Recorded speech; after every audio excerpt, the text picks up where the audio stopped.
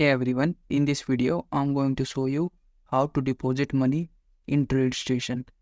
So first thing you need to do is just log in your Tradestation account. You can visit the Tradestation website or open the mobile applications. And after this you need to choose the deposit method. Tradestation offer multiple funding methods such as bank transfer and checks.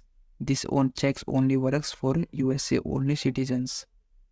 So to initiate wire transfer, what you need to do is go to funding or move money option on Tradestation dashboard. After this, simply select bank wire transfer option and then use the following information for your bank, such as beneficiary, bank name, account number, and routing number.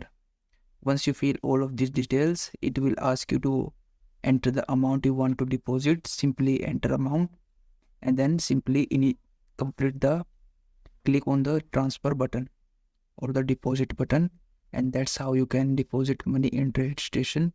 If you found this video helpful, please like this video and subscribe to my channel.